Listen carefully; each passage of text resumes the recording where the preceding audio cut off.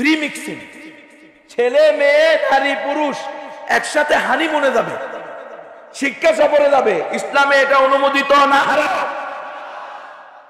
এটা শয়তানের কাজ না আল্লাহর পক্ষ থেকে অনুমোদিত? শয়তানের কাজ। কিন্তু এটা কি প্রত্যেক থানায় থানায়, প্রত্যেক স্কুলে স্কুলে, প্রত্যেক কলেজে কলেজে, প্রত্যেক ভার্সিটিতে, এমনকি সরকারি মাদ্রাসাও হইতেছে কি হইতেছে না? ছেলে মেয়ে একসাথে শিক্ষা সফরে যাচ্ছে যাচ্ছে না? আমরা তো রাস্তাঘাটে থাকি, যেটা আমরা সারা দেশে আলহামদুলিল্লাহ সফর করার চেষ্টা করি, দাওয়াতের নিসবতে, তবলিগের নিসবতে, এই ওয়াজ মাহফিলের নিসবতে, আপনাদের মহাব্বতে। আমরা তো দেখি রাস্তা দিয়ে কি হয়। আপনি তো দেখছেন আপনাদের এই শেরপুরের সদর থেকে 3টা বাস কি আদবের সাথে ছেলে মেয়েরা নিচের দিকে তাকায়া গাড়িতে উঠে চলে গেছে। কিন্তু যখনই শেরপুর পার হয়ে গেছে তখন ড্যান্স কাকে বলে, অশ্লীল গান কাকে বলে, এটা তো হলো রাস্তায়। আর যখন কক্সবাজার চলে যায়, আমার কথা আপনার কি ভালো লাগতেছে? ওদের এগুলো কি ওয়াজ, এগুলো কি ওয়াজ? এগুলোই তো আপনাদের সমাজের পছন্দ হচ্ছে। উম্মতের ঈমান যে ধ্বংস করে দেওয়া হইতেছে, উম্মতকে যে ইসলাম থেকে ঈমান থেকে সুদূর প্রসারী ষড়যন্ত্রের মাধ্যমে পুরা উম্মাকে লা ইলাহা ইল্লাল্লাহ, লা ইলাহা ইল্লাল্লাহ, লা ইলাহা ইল্লাল্লাহ, লা ইলাহা ইল্লাল্লাহ মুহাম্মাদুর রাসূলুল্লাহ। তো রব্বুল আলামিনের ঘোষণা হলো, যদি তোমরা আল্লাহর দ্বীনকে নুসরত করো। আল্লাহকে নুসরত করো মানে কি? আল্লাহর দ্বীনকে সাহায্য করো। আল্লাহর দ্বীনের সাহায্য করা মানে কি?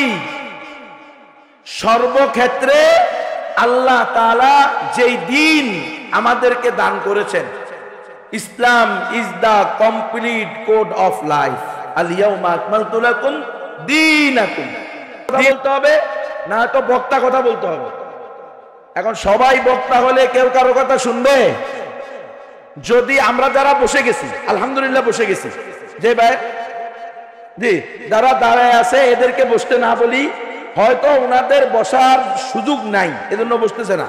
তো মেহরবানি করে আপনারা যারা বসছেন এরাও উঠবেন না, যারা বসে নাই এদেরকে নিয়ে আর কথা বলার দরকার নাই। আসলেই অনেক কায়দা, পানি এবং কাদা মাটি অনেক বেশি। এখন দুইবে তো পরে, কিন্তু কাদার মধ্যে বসলেই তো শুরু হয়ে যাবে কি, এটা তো আরেক সমস্যা। এই জন্য মেহরবানি করে কথা বন্ধ করতে পারি তো আমরা নাকি? জি, সকলে একটু চুপ হই দেখি, একদম খামোশ। আলহামদুলিল্লাহ। তো আমি বলতেছিলাম যে আমরা রব হিসাবে আল্লাহকে পেয়ে আমরা কি সন্তুষ্ট? তাহলে রব আমার মালিক, উনি হলেন আমার মুনিব, আমি হলাম উনার গোলাম। আমরা কুল কায়নাত তার সৃষ্টি, তিনি হলেন আমাদের স্রষ্টা, তিনি আমাদের একচ্ছত্র মালিক। কুল হুয়াল্লাহু আহাদ। তার মালিক হওয়ার দিক দিয়া, আল্লাহ আমাদের রব হওয়ার দিক দিয়া তার সাথে কোনো শরীক নাই। আল্লাহ এক এবং অদ্বিতীয়, তার কোনো দ্বিতীয় নাই। তাহলে উনি আমাদের মালিক, উনি যখন যেভাবে রাখবেন। এখন আপনাদের এই অঞ্চলে কি হয়ে গেছে, বিশাল বন্যা হয়ে গেছে। এখনো কোনো এলাকায় কোনো থানায় পানি নামে নাই, এখনো অনেক মানুষ পানিবন্দী আছে। অনেকের বাড়ি চিনাই যায় না যে এটা বাড়ি ছিল, পুকুর হয়ে গেছে। রাস্তা পিচঢালা রাস্তা, ঢালাই করা রাস্তা, সেটা এমন ভাবে ভাঙছে মনে হয় এটা একটা খাল। এমন ঘটনা ঘটছে কি ঘটে নাই? হ্যাঁ ঘটছে। মানুষের সারা জিন্দেগির আয় অথবা তার পূর্ণ পুঁজি সে একটা ব্যবসায় লাগাইছে। হয়তো মাছের ঘের করছে, অথবা পোল্ট্রি মুরগির চাষ করছে, মুরগির ফার্ম দিছে, অথবা জমিন চাষ করছে, এখন পুরাকে পুরা সব কি হয়ে গেছে, 100% নষ্ট হয়ে গেছে। এখন আমাদের করতে হবে কি? আল্লাহ বলছেন যাহারাল ফাসাদু ফিল বাররি ওয়াল বাহরি বিমা কাসাবাত আইদিন নাস লিয়ুযীকাহুম বা'দাল্লাযী আমিলু লাআল্লাহুম ইয়ারজিউন। স্থলে এবং জলে যত বিপর্যয় ঘটে এগুলো মানুষের কামাই। কার কামাই? আমাদের হাতের কামাই। আমরা রব্বুল আলামিনকে যেমনি ভাবে মানা দরকার, যেমনি ভাবে চেনা দরকার, যেমনি ভাবে জানা দরকার, যেমনি ভাবে তার বিধিবিধানগুলোকে পুরোপুরি ভাবে জেনে আমাদের জীবনের পরতে পরতে অনুশীলন করা দরকার, যেমনি ভাবে আমাদের প্র্যাকটিসিং মুসলিম হওয়া দরকার ছিল, সেভাবে আমরা প্র্যাকটিসিং মুসলিম হই নাই। আমাদের ঈমান শিরিক মুক্ত হওয়ার কথা, শিরিক মুক্ত হয় নাই। আমাদের আমাল বিদআত মুক্ত হওয়ার কথা, আমরা বিদআত মুক্ত করি নাই। করছি? হ্যাঁ, এই যে বিবাহ শাদী করা, এটা কি নেক আমলের মধ্যে পড়ে না পড়ে না? তো এটার মধ্যে কি আমরা বেদাত মুক্ত করতে পারছি? গায়ে হলুদ হয় আপনাদের দেশে, যৌতুক নেওয়া হয়, তারপরে সাধ্যের বেশি স্বামীর উপরে মোহরানা ধার্য করা হয়, কোনটা হয়েছে? আল্লাহ তাআলার হুকুম অনুযায়ী আমাদের বিবাহের যতগুলো কাজ শুরু থেকে শেষ পর্যন্ত শতকরা কয়টা বিবাহ সহি হচ্ছে? আমাদের ব্যবসা বাণিজ্যের মধ্যে আমরা 100% সুদ মুক্ত করতে পেরেছি? আমাদের দৈনন্দিন জীবনে আমরা 100% মিথ্যা পরিহার করতে পেরেছি? কথা বলেন। ওয়ালিয়াযু বিল্লাহ। অনেক ব্যবসায়ী ভাই তো মুখের উপরে বলেই ফেলেন যে হুজুর এই সময়ে এসে মিথ্যা ছাড়া ব্যবসা করা সম্ভব। নাউযুবিল্লাহ বলেন। আপনি যদি এই কথা বলেন যে মিথ্যা বলা ছাড়া ব্যবসা করা সম্ভব না, তাহলে কেমন জানি আপনি রব্বুল আলামিনকে অভিযুক্ত করলেন যে যেটা সম্ভব না সেটা আল্লাহ আমার উপরে কি করছে? ওয়াজিব করছে। মিথ্যা বলা জায়েজ না হারাম? কবিরা গুনাহ। আল্লাহ বলতেছেন লা ইউকাল্লিফুল্লাহু নাফসান ইল্লা উসাহা। কোন ব্যক্তিকে তার সাধ্যের বাহিরে কোন বোঝা আল্লাহ চাপায়া দেন তো আল্লাহ আপনার আমার উপরে ফরজ করছেন, ওয়াজিব করছেন, বাধ্যতামূলক করছেন যে আমরা কি করব না? মিথ্যা বলবো না। মিথ্যা বলা এটা মুনাফিকের আলামত। কার আলামত? মুমিনের আলামত না। কিন্তু আমরা পরতে পরতে মিথ্যা কথা বলতেছি।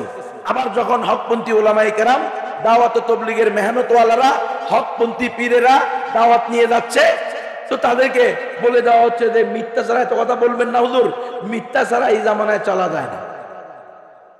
নারীদেরকে আল্লাহ তাআলা শরীয়তের বিধান অনুযায়ী পর্দার মধ্যে রাখতে বলছেন নাকি? মায়েরা কোথায় থাকবে?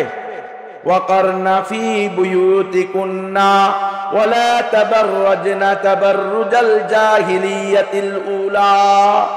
ও আমার বান্দা বান্দিরা, আমার বান্দিরা, তোমরা ঘরের কোনাকে নিজেদের উপরে বাধ্যতামূলক করো। মেয়েরা কোথায় থাকবে? ঘরের কোনায়।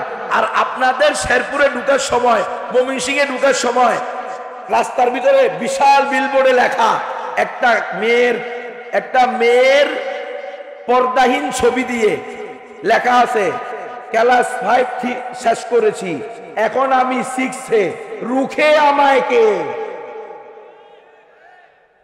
বুঝেন নাই মনে হয়? বিলবোর্ডে লেখছে কি 5 শেষ করে 6-এ উত্তীর্ণ হয়েছি, রুখে আমায় কে? মানে বাধা দেয় কে? এখন আমি অপ্রতিরোধ্য। আমি কি করব? ইচ্ছা হলে ক্রিকেট খেলবো, ইচ্ছা হলে ফুটবল খেলবো, ইচ্ছা হলে টিচারের সাথে অবৈধ সম্পর্ক করে যার সন্তানের মা হয়ে যাবে। কথা সত্য না মিথ্যা? এই বিলবোর্ডের এই একটা বাক্য শুধু, ক্লাস 5 শেষ করেছি, এখন আমি 6-এ, রুখে আমায় কে? আপনি কি মনে করেন?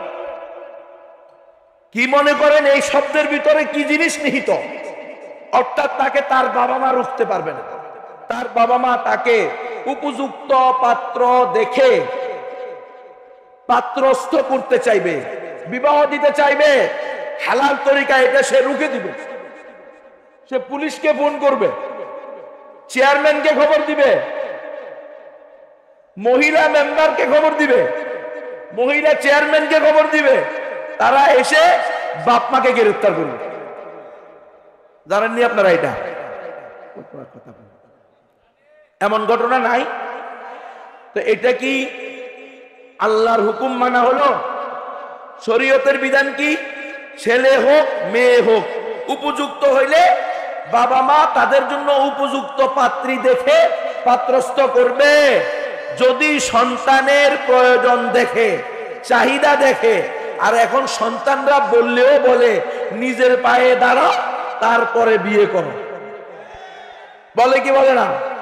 তো সন্তান নিজের পায়ে দাঁড়াইতে দাঁড়াইতে কয়েক দশজনের সাথে অবৈধ প্রেম হয়। কারণ তাকে শিখানো হয়েছে, ওই সন্তানকে শিখানো হয়েছে বয়ফ্রেন্ড গার্লফ্রেন্ড, ছেলে আর মেয়ে, যুবক যুবতী, তরুণ তরুণী, কপত কপতি, এরা একে অপরের সম্মতিতে শারীরিক মেলামেশা করলে এটা কোনো অন্যায় না। বিশ্বাস হয় না? বাংলাদেশের বইয়ের ভিতরে আছে, এটা কোনো অপরাধ।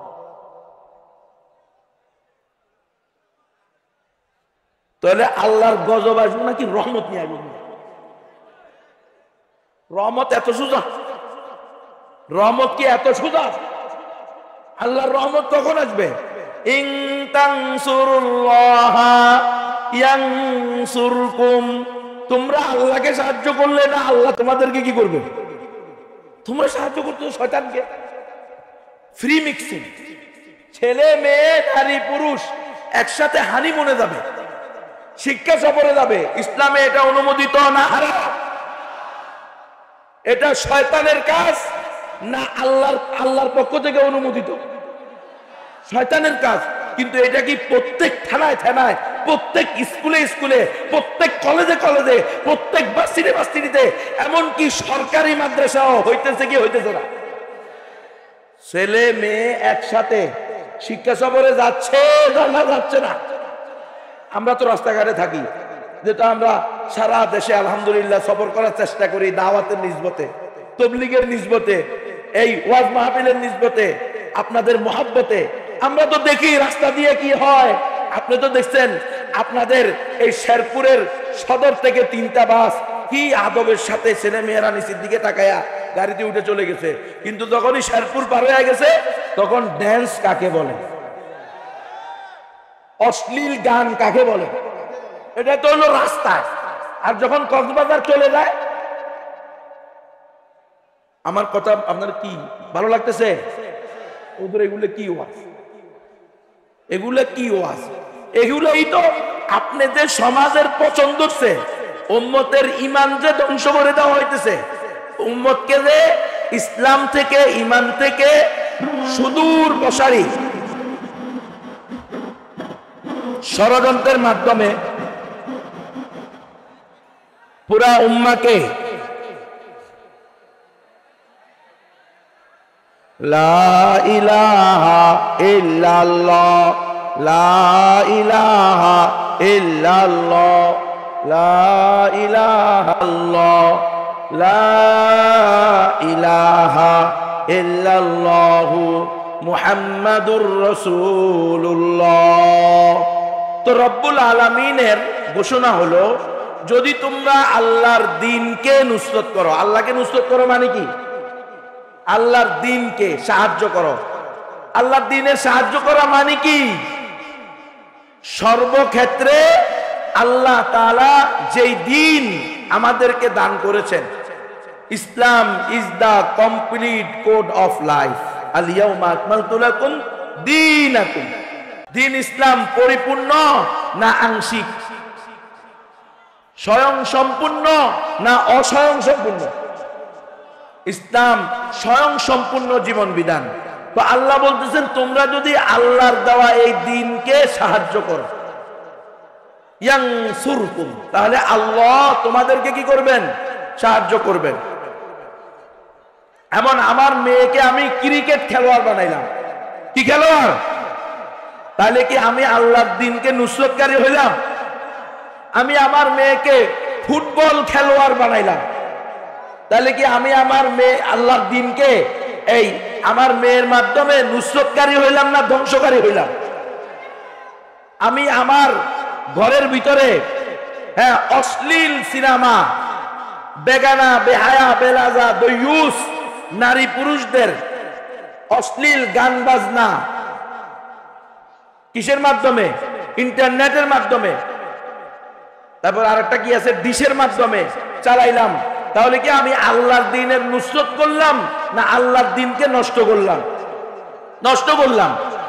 আমি আমার ব্যক্তিগত জীবন থেকে আন্তর্জাতিক জীবনে সর্বক্ষেত্রে আল্লাহর হুকুম, রসুলের সুন্নাহকে প্রাধান্য না দিয়া বিভিন্ন হলিউড, বিভিন্ন বলিউড, ওয়ালিয়াযু বিল্লাহ, বিভিন্ন